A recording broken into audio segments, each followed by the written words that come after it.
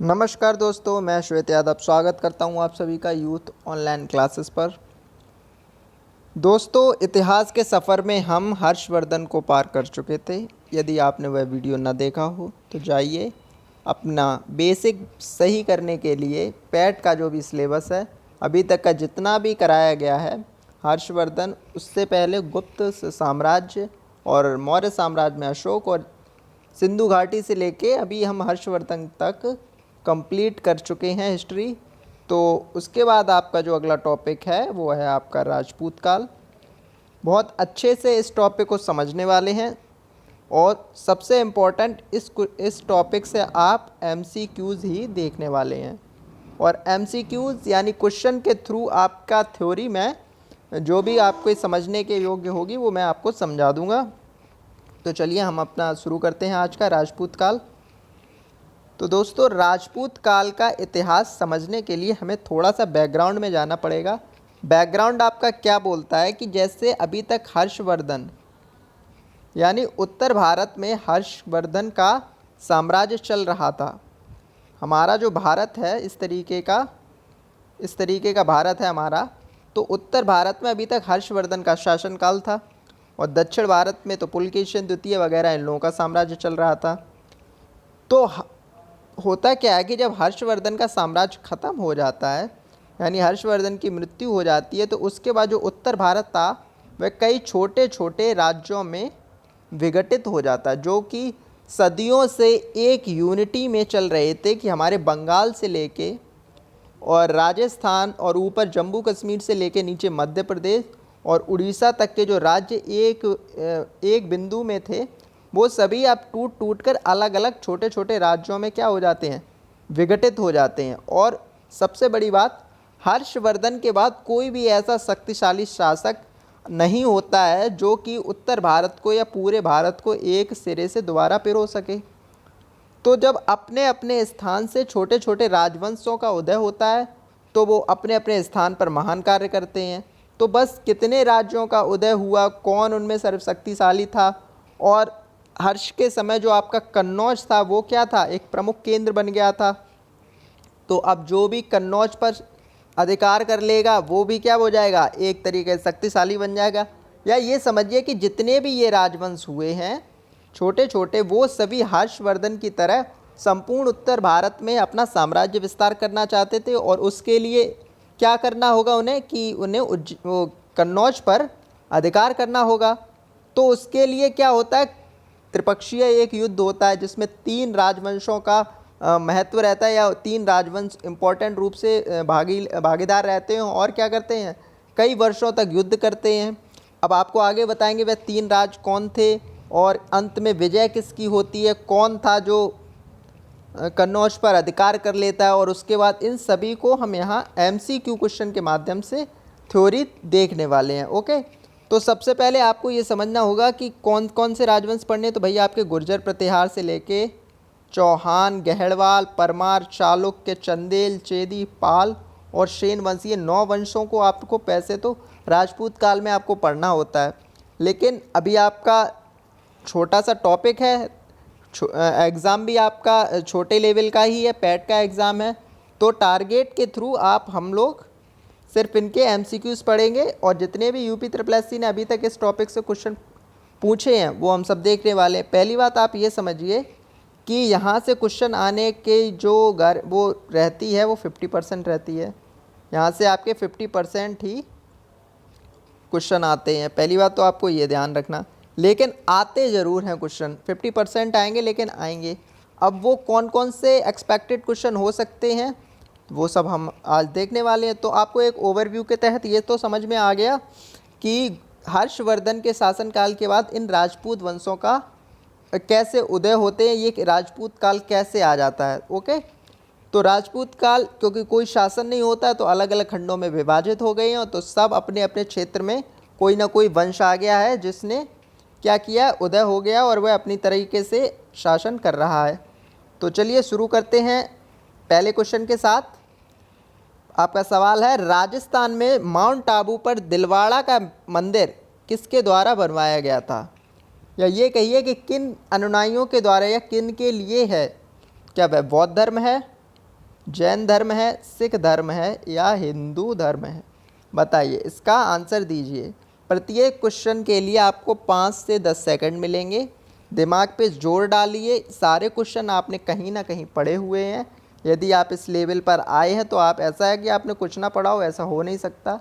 तो थोड़ा सा अगर आप दिमाग लगाएंगे और क्वेश्चन के आंसर सोचने या देने की कोशिश करेंगे तो क्वेश्चन आपको याद भी हो जाएंगे। ओके, तो चलिए बताइए, राजस्थान में माउंट आबू का जो मंदिर है वो भाई किसका है या किन अनुयायियों का है? बौद्ध है, जैन है, हिंदू या सिख? तो आप सभी को इसका आंसर पता होना चाहिए। क्या है इसका आंसर? जैन धर्म। अब ये किसने बनवाया था भाई? तो ये विमल शाह ने बनवाया था। विमल शाह मंत्री थे।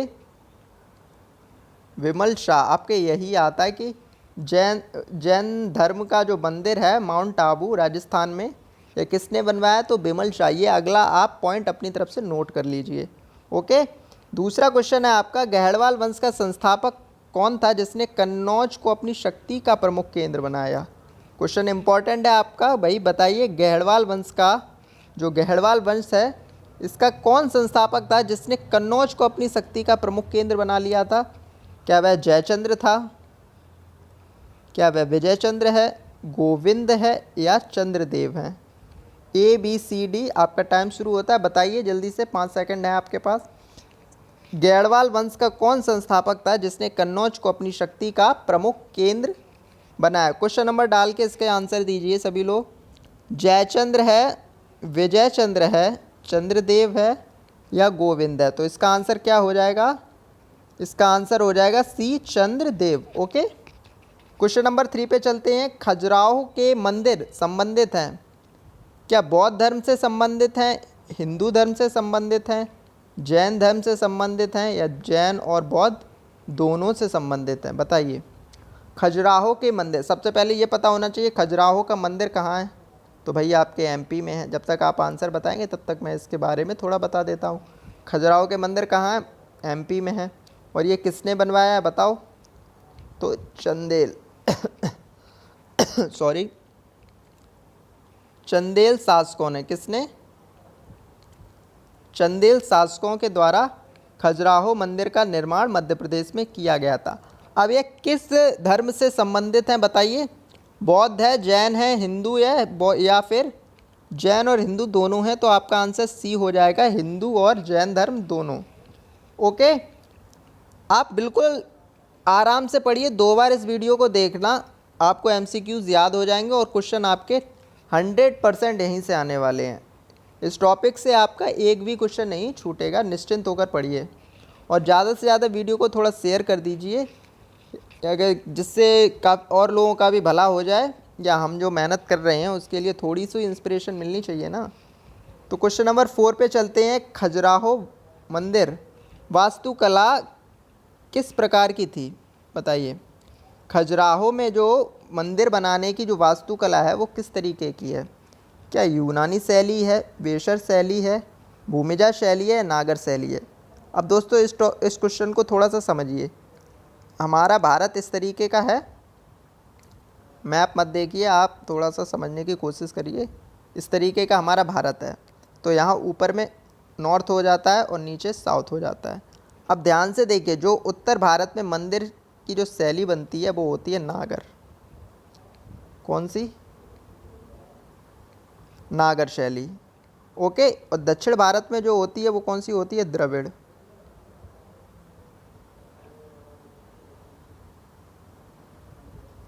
ठीक है, द्रविड़ शैली। कौन सी? अब देखो, उत्तर भारत यानी नॉर्थ में तो नागर शैली, और दक्षिण में दा आ रहा है तो द्रविड़ शैली। समझ में आ गया होगा आपको। उत्तर भारत में नागर शैली और दक्षिण भारत में द्रविड़ शैली। कौन सी? द्रविड़। दक्षिण भारत में द्रविड़ शैली, उत्तर भारत में नागर शैली। अब ये क्यों बता रहे? क्योंकि इन शैलियों के मंदिरों की जो वास्तुकला, यहाँ से क्वेश्चन बनते हैं। आपका देखो यही क्वेश्चन बन गया है। यदि आपको नहीं पता होगा तो आंसर कैसे लगाओगे? अब ना तो इसमें नागर शैली है और ना ही इसमें क्या है? द्रविड़ शैली दिया गया है। अब क्वेश्चन ये है कि खजुराहो का मंदिर है कहाँ? तो पहले आपको ये पता होना खजुराहो का मंदिर कहाँ है? मध्य प्रदेश में। यानी ना तो उत्तर भारत में है ना ही दक्षिण भारत में। ये दक्षिण भारत हो गया, इसके ऊपर आपको उत्तर भारत। अब ये क्या है बीच में? मध्य भारत। तो आप याद रखना मध्य भारत में जो मंदिर बनाने की शैली होती है वो आपकी ना तो नागर शैली होगी ना ही आपकी द्रविड़ शैली होगी। कौन सी होगी? वेशर शैली। कौन सी होगी? वेशर शैली। तो मध्य भारत में जो मंदिर बनाने की वास्तुकला होती है वो कौन सी होगी? वेशर शैली। वेशर शैली। ओके। क्वेश्चन नंबर 5 में है आपका, पुरी में रथ यात्रा किसके सम्मान में आयोजित की जाती है? सभी को इसका आंसर आराम से पता है, सब लोग बताइए इसका आंसर। क्या भगवान राम के लिए पुरी में निकाली जाती है, या भगवान शिव के लिए, भगवान विष्णु, या भगवान जगन्नाथ? तो इसका आंसर सबको पता है, क्यों टाइम खराब करें। भगवान जगन्नाथ की रथ यात्रा पुरी में निकाली जाती है। जगन्नाथ भगवान की यात्रा निकाली जाती है पुरी में, जिसमें 3 रथ होते हैं आपके, एक बलराम जी का, एक भगवान श्री कृष्ण यानी जगन्नाथ जी का, और सुभद्रा माता का जो उनकी बहन थी। तो ठीक है, याद रखना 3। कभी कभी पूछ लिया जाता है कितने रथ होते हैं, तो 3 रथ होते हैं। अगला क्वेश्चन है, तराइन का युद्ध पृथ्वीराज चौहान और किसके बीच लड़ा गया? मोस्ट इंपॉर्टेंट सवाल आपका, सबसे इंपॉर्टेंट क्वेश्चन है। क्वेश्चन तो सारे इंपॉर्टेंट, 5 अभी ये 5 के 5 इंपॉर्टेंट है आपके। क्वेश्चन नंबर ये बहुत इंपॉर्टेंट है। क्या बोल रहा है भाई? तराइन का युद्ध पृथ्वीराज चौहान और किसके बीच लड़ा गया था? क्या महमूद गजनवी हैं भाई, क्या मोहम्मद गौरी हैं, क्या बाबर हैं, या फिर हुमायूं हैं? इसका आंसर दीजिए क्या है। तो आप सभी को इसका आंसर पता है भाई, क्या है? मोहम्मद गौरी। 1191 प्रथम, ये पहला, और 1192 ये दूसरा। ओके, यानी तराइन का प्रथम युद्ध 1191, इसमें पृथ्वीराज चौहान की विजय होती है, मोहम्मद गौरी की क्या होती है? पराजय। और 1192 तराइन का द्वितीय युद्ध, इसमें पृथ्वीराज चौहान की पराजय हो जाती है और मोहम्मद गौरी विजय हो जाता है। ओके, क्वेश्चन नंबर 7 पे चलते हैं। तराइन के प्रथम युद्ध में निम्नलिखित में किसको पृथ्वीराज चौहान ने हराया था? तो अभी जस्ट बताया, क्या भैया आंसर है इसका? मोहम्मद गौरी। क्वेश्चन नंबर 8 बहुत इंपॉर्टेंट। क्वेश्चन नंबर 8 पे चलते हैं कि गीत गोविंद के जो रचयिता, आप सभी को पता होना चाहिए गीत गोविंद के रचयिता, खूब आपने याद किए हैं कि गीत गोविंद के रचयिता कौन है भाई? जयदेव हैं। लेकिन किसी को ये नहीं याद होगा कि जयदेव किस शासक के संरक्षक में थे या किस शासक के कवि थे। क्या आपको पता है भाई? अगर पता है तो इसका आंसर दीजिए सभी लोग। 8 क्वेश्चन का आंसर दीजिए, क्वेश्चन नंबर डाल के 8 का आंसर दीजिए। 1 मिनट सॉरी, तबीयत थोड़ी ठीक नहीं है दोस्तों, तो थोड़ा सहयोग करें। क्वेश्चन नंबर 8 है आपका, गीत गोविंद के रचयिता जयदेव किस शासक के संरक्षण में थे? बताइए। क्या लक्ष्मण सेन है, खारवेल है, शशांक है आपका, या कुमारपाल है? बताइए भाई, आंसर दीजिए इसका। ABCD में कौन देगा इसका आंसर? सभी लोग आंसर दीजिए इसके। तो आंसर हो जाएगा इसका लक्ष्मण सेन। कौन हो जाएगा भाई? सेन गुप्त के शासन में, यानी सेन साम्राज्य जो आता है आपका, उसमें लक्ष्मण सेन के शासन काल में गीत गोविंद के रचयिता जयदेव जी रहा करते थे। उस समय इनके दरबार में 2-3 कवि और आते हैं इंपॉर्टेंट, लेकिन सबसे ज़्यादा सवाल आपका जयदेव के गीत गोविंद से ही आपका बनता है। देखो क्वेश्चन 2 तरीके का बनेगा, एक तो जयदेव का पूछ लेगा तो गीत गोविंद, दूसरा पूछ लेगा किसके शासन काल में थे, तो Lakshman Sen. Okay, question number 9 पे चलते। विक्रमशिला विश्वविद्यालय के संस्थापक कौन थे? बहुत इंपॉर्टेंट। आप खुद ही देखिए, एक भी क्वेश्चन ऐसा नहीं है कि आपको लगे कि इंपॉर्टेंट नहीं है, तो सारे क्वेश्चन इंपॉर्टेंट है। बताइए विक्रमशिला विश्वविद्यालय के संस्थापक कौन है भाई? क्या चंद्रगुप्त मौर्य हैं, कनिष्क हैं, पुलकेशिन द्वितीय हैं, या धर्मपाल हैं? तो इसका आंसर आपको पता है, बिल्कुल सही जा रहे हैं सभी लोग। धर्मपाल इसका आंसर हो जाएगा। क्या हो जाएगा भैया? धर्मपाल, विक्रमशिला विश्वविद्यालय के संस्थापक। ये बहुत इंपॉर्टेंट क्वेश्चन है, आप याद रखिए। विक्रमशिला विश्वविद्यालय के संस्थापक कौन है भाई? धर्मपाल। अब देखो, भारत में 3 विश्वविद्यालय बहुत फेमस रहे हैं। एक आपका तक्षशिला जो कि प्राचीन काल में रहा है। कौन सा? तक्षशिला, प्राचीन मौर्यों के समय। इसके बाद आपका कुमारगुप्त के द्वारा आपका नालंदा विश्वविद्यालय आता है, और तीसरा है विक्रमशिला विश्वविद्यालय, ये धर्मपाल जी ने संस्थापित किया था। ओके, क्वेश्चन नंबर 10 है आपका, पाल और प्रतिहार शासन में पत्तल से क्या तात्पर्य? भाई पत्तल क्या चीज़ है भाई? खाने वाली पत्तल है, क्या है भाई पत्तल, आपको बतानी है। पत्तला, पत्तला बताइए क्या है भाई। क्या सैन्य टुकड़ी को पत्तला बोलते थे? विषय से नीचे की इकाई को बोलते हैं। सिंचाई कर को यानी इरिगेशन टैक्स को बोलते हैं, या डोनेटेड लैंड को बोलते हैं। बताइए क्या है इसका आंसर। पाल और प्रत्यार शासन में पत्तला से क्या तात्पर्य। अब ये क्वेश्चन कुछ ऐसे होते हैं कहते पता नहीं इसका आंसर क्या था, ये क्वेश्चन कभी पढ़ा ही नहीं। अरे भाई पढ़ोगे तो बिल्कुल पता होगा। ये इसी वजह से दो चार क्वेश्चन ऐसे बिल्कुल लाए जाते हैं जो अनएक्सपेक्टेड क्वेश्चन होगी। भाई ऐसा आ गया अचानक से, मुझे इसका आंसर नहीं पता था।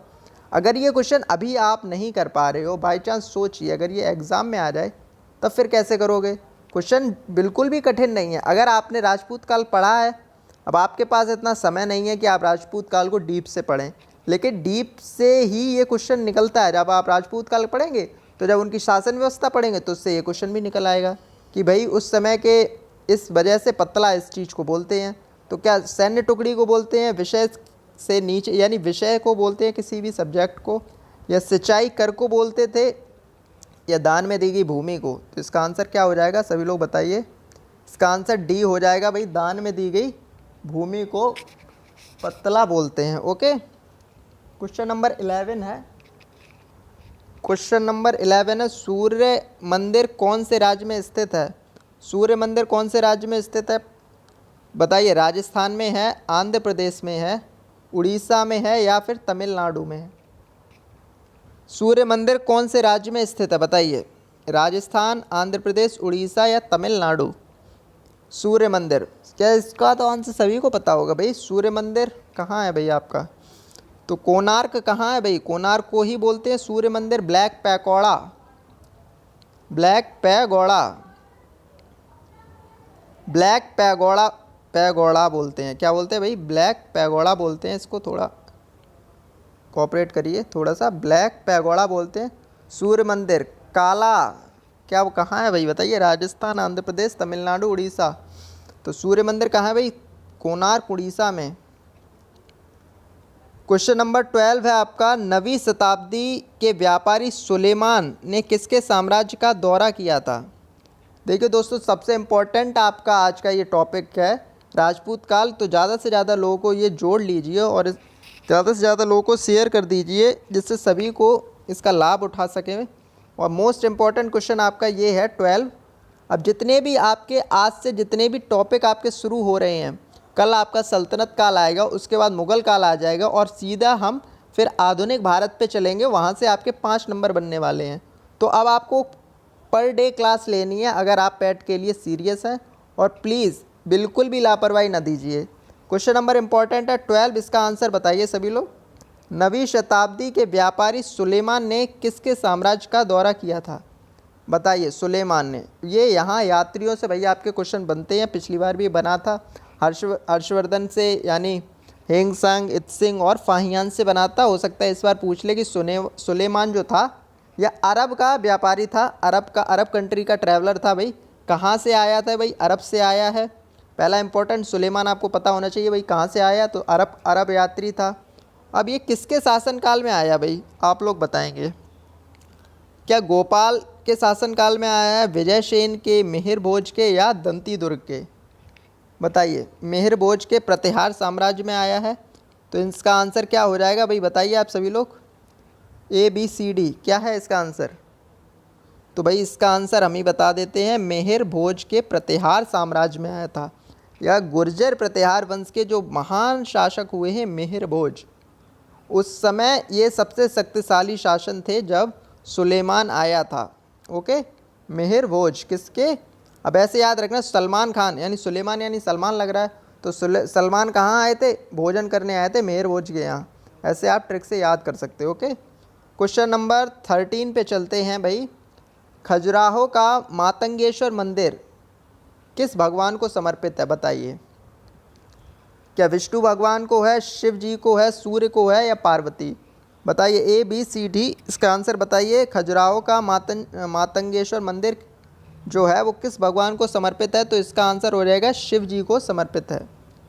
क्वेश्चन नंबर 14 है, पाल साम्राज्य का प्रथम शासक कौन था। सीधे सीधे पूछ रहा है भाई कि जो पाल शासक हैं या जो पाल वंश था, ये किसने शुरू किया था। क्या गोपाल हैं भाई आपके, क्या विवयनाथन है या भास्करन है या धर्मपाल है।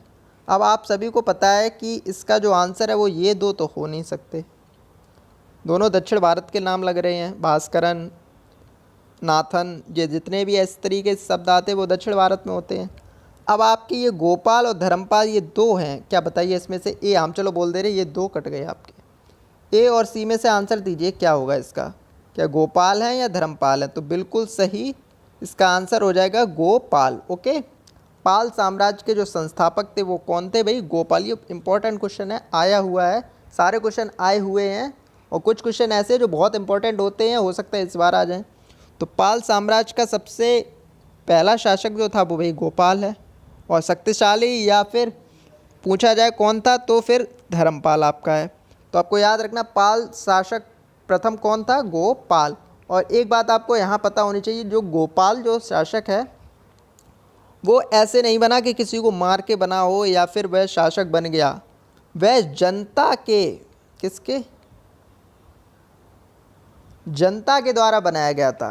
क्या होता है भाई, आपके बंगाल और उड़ीसा और मध्य प्रदेश और बिहार का जो क्षेत्र था इस समय काफ़ी ज़्यादा अराजकता फैल गई थी। क्या फैल गई थी, अराजक लोग हो गए थे और काफ़ी ज़्यादा यहाँ पे सब कुछ अनबैलेंस्ड हो गया था। तो उस समय क्या होता कि ये जो थे गोपाल, ये सामंत थे, तो जनता इनसे कहती कि आप ही राजा का दायित्व निभाइए।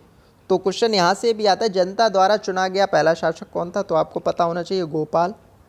इसके बाद पाल साम्राज्य का प्रथम शासक कौन था, तो भी आपको पता होना चाहिए गोपाल। ओके, अगला क्वेश्चन है, इनमें से कौन से पाल राजाओं को अराजकता समाप्त कर कानून और आदेश स्थापित करने हेतु लोगों द्वारा चुना गया था, बताइए। अभी इसकी एक्सप्लेनेशन हम दे रहे थे और यही क्वेश्चन आ गया। क्या भाई महिपाल थे, देवपाल थे, धर्मपाल थे, गोपाल थे, बताइए इसका आंसर बताइए।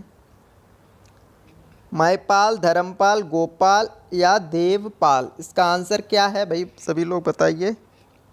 तो इसका आंसर है धर्मपाल, अभी बताया ना पिछले क्वेश्चन में। क्वेश्चन नंबर 16 इंपॉर्टेंट क्वेश्चन आपका है, पृथ्वीराज विजय के लेखक कौन है। चलो आप लोग इसका आंसर जो देगा मैं मान जाऊंगा उसकी हिस्ट्री अच्छी है। चलो बताइए, क्या उसने भी थोड़ा बहुत पढ़ा हुआ है हिस्ट्री में। चलो इसका आंसर बताइए, मोस्ट इम्पॉर्टेंट क्वेश्चन है। पृथ्वीराज विजय के लेखक भैया आपके कौन है, क्या चंद्रबरदाई हैं, पृथ्वीराज चौहान हैं, जयानक हैं या नयन चंद सूरी हैं, बताइए इसका आंसर बताइए कौन है भाई। पृथ्वीराज विजय के लेखक ABCD, बताइए कौन है इसके आंसर। चलो मैं बता देता हूँ इसका आंसर क्या होगा, चलो एक बार और आपको मौका देता हूँ।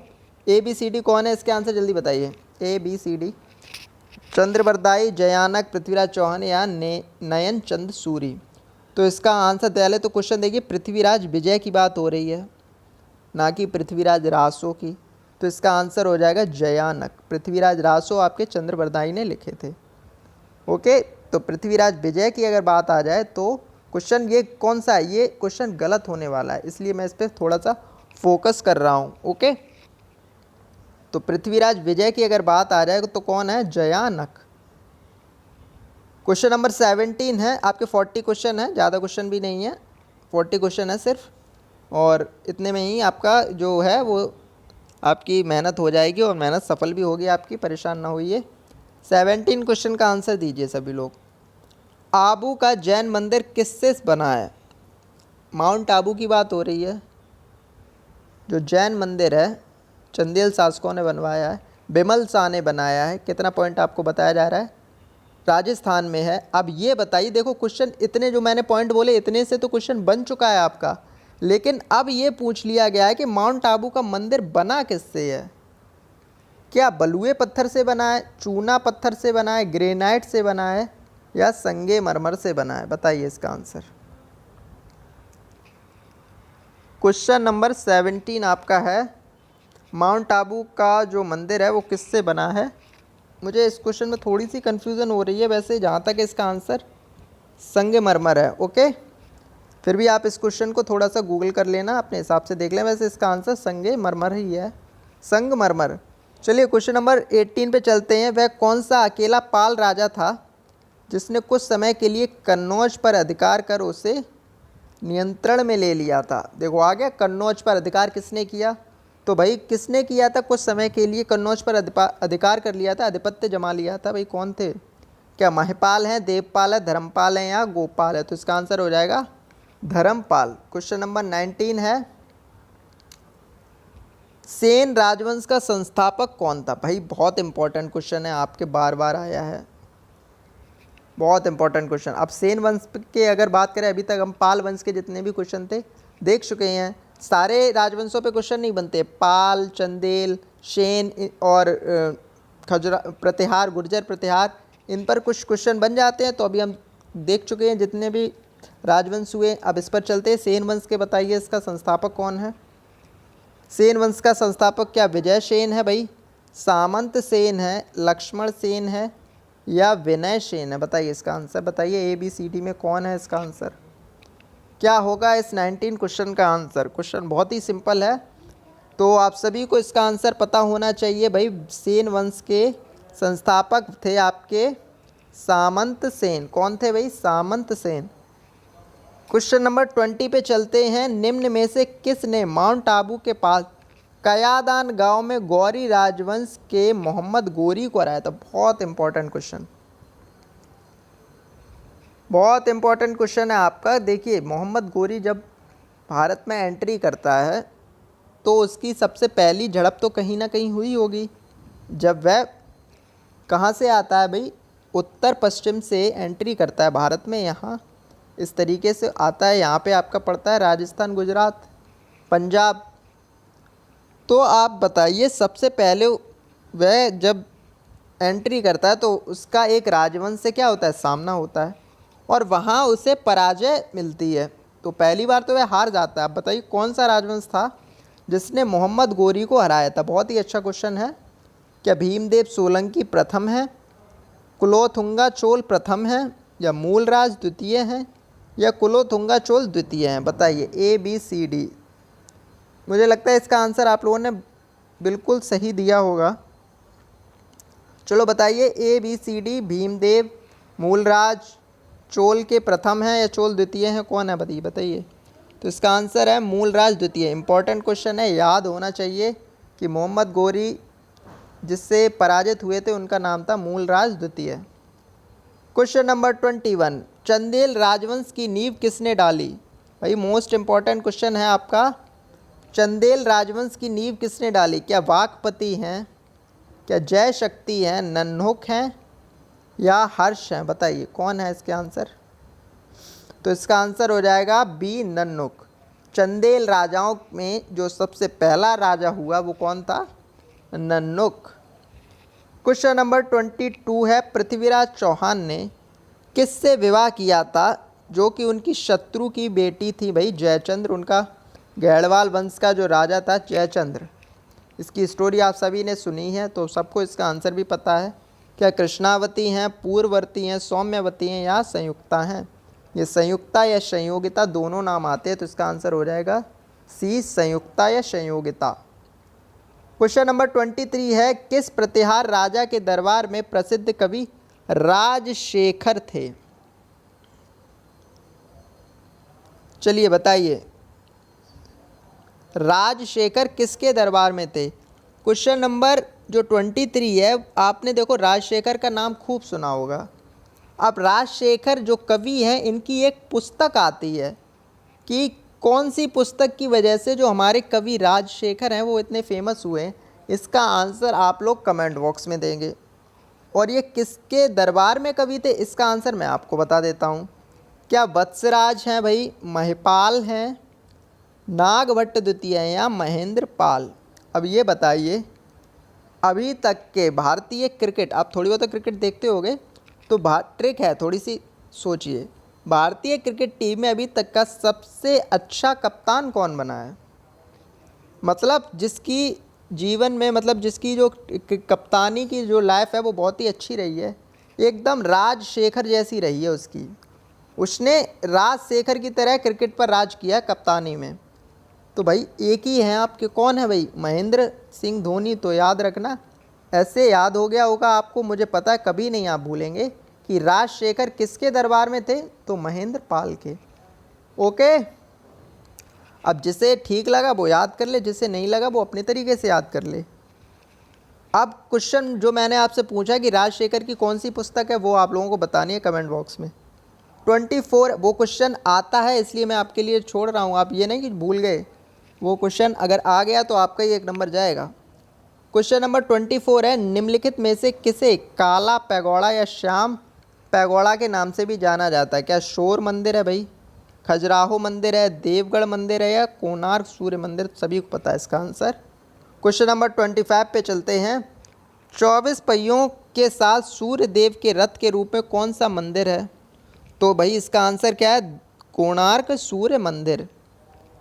क्वेश्चन नंबर 26 पे चलते हैं। माउंट आबू के दिलवाड़ा मंदिरों का निर्माण किसने करवाया? देखो इससे बहुत सारे क्वेश्चन आपके बने हुए, बार बार क्वेश्चन इसीलिए आता है। जो दिलवाड़ा का जैन मंदिर है वो पाल शासकों ने बनवाया, सोलंकियों ने बनवाया, चंदेलों ने या राष्ट्रकूटों ने? तो बताया था बिमल शाह ने बनवाया था, भीम द्वितीय के दरबार में थे और चंदेल राजा थे ये, तो किसने बनवाया? चंदेलों ने। बिमल शाह नाम आपको याद रखना है। और ये कैसा दिलवाड़ा? जैन मंदिर है। ये देखिए क्वेश्चन थोड़ा डीप है, इंपॉर्टेंट क्वेश्चन है, इसका जो आंसर देगा मज़ा आ जाएगा भाई। बताइए इसका आंसर बताइए। एक तरफ आपके राइटर हैं और एक तरफ उनकी लिखी हुई पुस्तक है, तो बताइए भाई जयदेव ने कौन सी पुस्तक लिखी? क्या पवनदूत किसने लिखी? पृथ्वीराज रासो किसने लिखी? रामावतारम किसने लिखी? गीत गोविंद किसने लिखी? या पुरिया पूर्णम किसने लिखी? अब ये अगर आपके पैट में क्वेश्चन, ये यूपी SSC ने ही पूछा है क्वेश्चन, अब आपके अगर पैट में ये क्वेश्चन आ गया तो क्या आप इसे छोड़ देंगे? बिल्कुल नहीं छोड़ेंगे। कैसे करेंगे? देखो सबसे पहले आप ये देखिए आपको इसमें से पता क्या क्या है, कौन कौन सी पुस्तक आपको पता है। तो भाई आपको पृथ्वीराज रासो पता होगी, बिल्कुल पता है भाई। और दूसरी आपको पता होगी गीत गोविंद, भाई बिल्कुल पता है। कौन कौन सी पता है? तो पृथ्वीराज रासो पता है और दूसरी गीत गोविंद। और किसी ने थोड़ा सा सेंस लगाया होगा तो भाई राम अवतारम भी पता होगी। ठीक है, तो राम अवतारम 2 तो पता ही होंगी, बी और डी वाली आपकी पृथ्वीराज रासो। अब पृथ्वीराज रासो किसने लिखी है? तो भाई चंद्र बरदाई ने, यानी 5th का बी हो जाएगा। तो देखो भाई 5th का बी है किसी में? भाई पहले में नहीं है, दूसरे में नहीं, तीसरे में नहीं, तो 5th का बी यानी लास्ट में ही दिया गया, तो आपका आंसर क्या हो गया भाई? डी हो गया। इस तरीके से क्वेश्चन करिए। और चलो देखते हैं, नहीं आपको ये भी पता था तो जयदेव की आपको गीत गोविंद तो पता है भाई, जयदेव की गीत गोविंद आपकी ये देखो हो गई, तो फर्स्ट का डी हो गया। ओके, इसके बाद देखिए सेकंड धोई, धोई चलते हैं तो धोई का क्या है भाई? पवनदूत। जब तेज़ हवाएं चलती हैं तो क्या होता है? सब चीज़ एकदम गंदी हो जाती है और हमें धुलनी पड़ती है। या फिर ऐसे आप याद रखिए धोई पवनदूत, जैसे भी आप याद रख सकते हैं। इसके बाद आप देखिए कंबन, कंबन तो आपको पता होगा भाई, तमिल के थे, इन्होंने रामावतारम लिखी थी, ये सबको पता होना चाहिए। नहीं पता है फिर भी पता होना चाहिए। और लास्ट बची आपकी कौन सी? ये किसी को नहीं पता होगी, कोई बात नहीं, अब याद कर लो। सिक्काइलर, तो ये पुरिया पूर्णम हो गया, पिरिया पूर्णम तो हो गया आपका DACEB। ओके, जयदेव आपके हो गए गीत गोविंद, धोई हो गया आपका पवनदूत, कंबन आपके रामावतारम, सिक्काइलर आपका प्रियापूर्णम और चंद्रवरदाई पृथ्वीराज रासो। मुझे पता है सिर्फ आपको एक ये नहीं पता थी, बाकी सब ने ये सारी पुस्तक पढ़ी हुई थी। ओके, तो 28 पे चलते हैं भाई। निम्न में से कौन सा मंदिर खजुराहो में नहीं है? बहुत इंपॉर्टेंट क्वेश्चन है भाई, बहुत इंपॉर्टेंट। 28 क्वेश्चन का आंसर दीजिए। खजुराहो में कौन सा मंदिर नहीं है? क्या कंदरिया मंदिर है? क्या 64 योगिनी मंदिर नहीं है? चित्रगुप्त मंदिर नहीं है? या दशावतार मंदिर नहीं है? यहाँ से आपको 3 चीज़ें पता चल जाएंगी भाई, एक नहीं है तो यानी 3 तो होंगे उसमें। तो भाई कंदरिया महादेव का मंदिर भी कहाँ है? मध्य प्रदेश में है, खजुराहो में ही है, और चंदेल शासकों ने बनवाया है। ओके, जो खजुराहो में मंदिर है वो किसने बनवाया? चंदेलों ने बनवाया। 64 योगिनी मंदिर ये भी खजुराहो में है, मध्य प्रदेश में है, और चंदेल शासकों के द्वारा बनवाया गया है। चित्रगुप्त मंदिर भी आपका खजुराहो में है, मध्य प्रदेश में है, और चंदेल शासकों ने बनवाया। लेकिन दशावतार मंदिर जो आपका है ये कहाँ है भाई, बताइए। अगर किसी को पता हो तो कमेंट करिए भाई। क्या दशावतार मंदिर कहाँ है भाई, कोई बता सकता? चलिए हम बताते हैं, इसका आंसर हो जाएगा ललितपुर में है, यानी उत्तर प्रदेश में पड़ता है। और शायद जहाँ तक है झांसी ललितपुर में ये दशावतार मंदिर पड़ता है। ये तीनों चंदेल शासकों के द्वारा बनवाए गए हैं, लेकिन जो दशावतार मंदिर है ये गुप्त साम्राज्य के समय बना हुआ है। दशावतार मंदिर ओके, उत्तर प्रदेश में पड़ता है। तो ये आपके चारों क्वेश्चन हो गए कंप्लीट यहाँ से। क्वेश्चन नंबर 29 है, खजुराहो का स्मारक किस राजवंश से संबंधित है? तो भाई खजुराहो, कब से खजुराहो की बात हो रही है? तो चंदेल शासकों से संबंधित है। खत्म हो गया क्वेश्चन। क्वेश्चन नंबर 30 पे चलते हैं। पाल वंश के किस शासक ने विक्रमशिला विश्वविद्यालय की स्थापना कराई थी? पीछे आपका ये क्वेश्चन आया हुआ है, इसका आंसर आप लोग बताएं। क्या धर्मपाल है, देवपाल है, नारायण पाल है या फिर महिपाल है? तो इसका आंसर है भाई धर्मपाल। बिल्कुल आपको पता है इसका आंसर ए धर्मपाल। अगला क्वेश्चन है, विक्रमशिला विश्वविद्यालय की स्थापना किसके द्वारा की गई है? तो इसका आंसर है भाई धर्मपाल ओके। क्वेश्चन नंबर 32 है, कोणार्क में प्रसिद्ध सूर्य मंदिर का निर्माण किसने कराया? क्या नरसिंह देव प्रथम ने कराया, क्या प्रताप रुद्र ने कराया, अनंत वर्मन ने कराया, नरसिंह देव द्वितीय ने कराया? बताइए कौन है इसका? कोणार्क का प्रसिद्ध सूर्य मंदिर है, कोणार्क उड़ीसा में पड़ता है। सूर्य मंदिर उड़ीसा में है। ब्लैक पैगोडा बोलते हैं, श्याम पैगोडा भी बोलते हैं ओके। इतना सब उसके क्वेश्चन बन जाते हैं इससे। अब इससे क्या क्वेश्चन बन गया भाई आपका कि यह बनवाया किसने है? तो भाई इससे बनवाया नरसिंह प्रथम ने। किसने बनाया भाई? नरसिंह प्रथम ने बनवाया।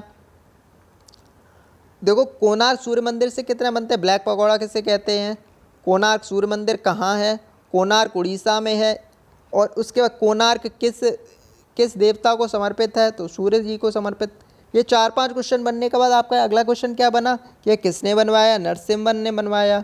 अगला क्वेश्चन बन जाएगा यह किस डायनेस्टी के थे, वो आप लोग बता दीजिए। क्वेश्चन नंबर 33 है, साहित्य के प्रख्यात समर्थक राजा भोज किस वंश से हैं? बताइए भाई, ये बता दीजिए भाई। साहित्य के प्रख्यात समर्थक ये वही राजा भोज हैं जहाँ गंगू तेली थे, यानी इन्हीं के ऊपर वो गाना बनाया गया राजा भोज गंगू तेली वाला। तो आप बताइए जो राजा भोज हैं वो किस राजवंश से बिलोंग करते हैं? क्या चालुक्य डायनेस्टी, चोल डायनेस्टी, पाल डायनेस्टी या परमार डायनेस्टी? तो इसका आंसर हो जाएगा Parmar dynasty okay. Question number 34 है, खजुराहो का कंदरिया महादेव मंदिर किसने बनवाया? तो भाई कंदरिया हो या बंदरिया हो, बीच में ही डांस करती है यानी मध्य में। तो इसका आंसर क्या हो जाएगा?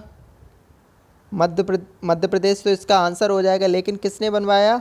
तो चंदेल शासकों ने बनवाया ओके। क्वेश्चन नंबर 35 है, तराइन के प्रथम युद्ध निम्नलिखित में किसको पृथ्वीराज चौहान ने हराया था? बहुत ही सिंपल क्वेश्चन है, मोहम्मद गोरी को पराजित किया था। क्वेश्चन नंबर 36 है, पुरी में रथ यात्रा किसके सम्मान में आयोजित की जाती है? वही क्वेश्चन आपके रिपीट होने लगे हैं, तो भगवान जगन्नाथ। अब रिपीट क्वेश्चन अगर आपको याद आ रहे हैं तो आप समझिए आपने बिल्कुल 100% अच्छे से याद किया है, पूरी क्लास अच्छे से ली है। अगला क्वेश्चन है, गीत गोविंद के रचयिता जयदेव किस राजा के संरक्षण में थे? इसका भी आंसर हम बता चुके हैं। तो कौन है भाई? लक्ष्मण सेन। क्वेश्चन नंबर 38 है, 12वीं शताब्दी में AD 12वीं शताब्दी में किस राजा के दरबार में सम्मान प्रसिद्ध कवि धोई द्वारा बढ़ाया गया था? चलो छोड़ो, मैं क्वेश्चन समझाता हूँ क्या है। क्वेश्चन कह रहा है कवि धोई जो थे, अभी पीछे बताया था, कवि धोई वो किस राजा के शासनकाल में कवि धोई थे? किस राजा के दरबार में प्रसिद्ध कवि धोई जाने जाते हैं? तो बताइए मिहिर भोज हैं, अमोघ वर्ष प्रथम हैं, लक्ष्मण सेन हैं या धर्मपाल हैं? तो मैंने आपको बताया था जो लक्ष्मण सेन राजा हुए हैं उनके दरबार में प्रसिद्ध कवियों की मंडली रहती थी। उसी में आपके जयदेव आते हैं जिन्होंने गीत गोविंद लिखी है, और दूसरे कवि आते हैं धोई ओके। याद रखना धोई किसके शासनकाल में? लक्ष्मण जी ने धो दिया था मेघनाथ को, तो ऐसे याद रख सकते हैं लक्ष्मण कवि धोई। अगला क्वेश्चन है 39, किस पाल राजा ने बौद्धों के लिए प्रसिद्ध विक्रमशिला विश्वविद्यालय की स्थापना कराई थी? तो आप सभी को इसका आंसर पता, धर्मपाल। क्वेश्चन नंबर 40, ये लास्ट क्वेश्चन है आपका। किन राजवंशों ने अग्निकुल स्थिति मांगी? थोड़ा डीप क्वेश्चन है, अग्निकुल स्थिति मांगी, इसका आंसर कोई दे सकता है, बताइए। तो देखिए ऐसा था, जब राजवंश खत्म, दो सिद्धांत दिए जाते हैं राजपूतों के, जो उनकी उत्पत्ति हुई है, दो सिद्धांत, उनमें से एक सिद्धांत यह कहता है कि जो माउंट आबू मंदिर है, माउंट आबू पर्वत है, उस पे गुरु वशिष्ठ के द्वारा एक यज्ञ किया गया था। उनमें से 4 राजवंशों के नायकों की उत्पत्ति होती है। 4 राजवंशों के नायक उत्पत्ति होती है उस हवन कुंड से। तो वही अग्निकुल या अग्निकुंड की स्थिति की बात हो रही है। मतलब ऐसा इतिहासकारों का तो कहना ये नहीं है, लेकिन ऐसा हमारे इतिहास के ग्रंथों में लिखा है कि जब आर्यावर्त में क्षत्रियों की विहीनता हो जाएगी या क्षत्रिय विहीन हो जाएंगे, तब गुरु वशिष्ठ द्वारा एक अग्निकुंड से 4 क्षत्रिय की उत्पत्ति होगी। तो उन्हीं 4 क्षत्रियों को बताया गया है कि कौन वो 4 राजपूत या क्षत्रिय हैं जो अग्निकुल से संबंध रखते हैं। कोई बता सकता है इसका आंसर क्या हो सकता है भैया? क्या सभी हैं? क्या प्रतिहार, परमार, सोलंकी, चंदेल, तोमर, चौहान, कौन कौन है भाई? इसका आंसर कोई बता सकता है? तो भाई इसका आंसर पहले देखो, प्रतिहार है, परमार है, चंदेल है, चंदेल नहीं है, चौहान है और सोलंकी है। कौन कौन है भाई? प्रतिहार है, परमार है, चौहान है और सोलंकी है। यानी पहला दूसरा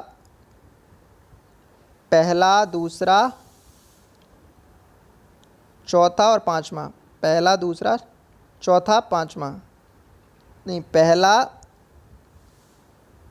तीसरा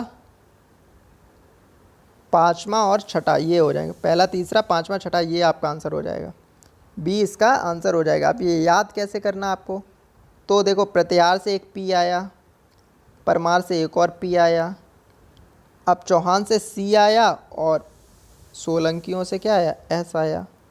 तो पी पी एस सी, इस तरीके से याद कर लेना।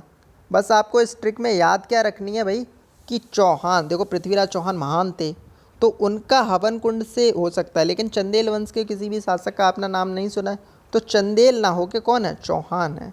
तो बस सी में आपको ये याद रखना, PPSC याद रखना, अग्निकुंड से निकले थे प्रतिहार, परमार, सोलंकी और चौहान। ओके, तो ये आपके अभी 2 क्वेश्चन और हैं।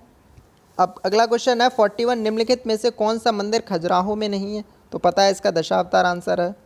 अगला क्वेश्चन है 42, माउंट आबू के दिलवाड़ा मंदिर का निर्माण किसने करवाया? तो चंदेल शासकों ने, ये भी आपको पता है। तो दोस्तों ये आपके 40+ क्वेश्चन थे, बहुत इंपॉर्टेंट क्वेश्चन थे। मज़ा आया होगा आपको आज के क्लास में, और आपकी आगे की जितनी भी क्लासेस हैं मैं इसी थ्योरी पर बेस्ड कराऊंगा।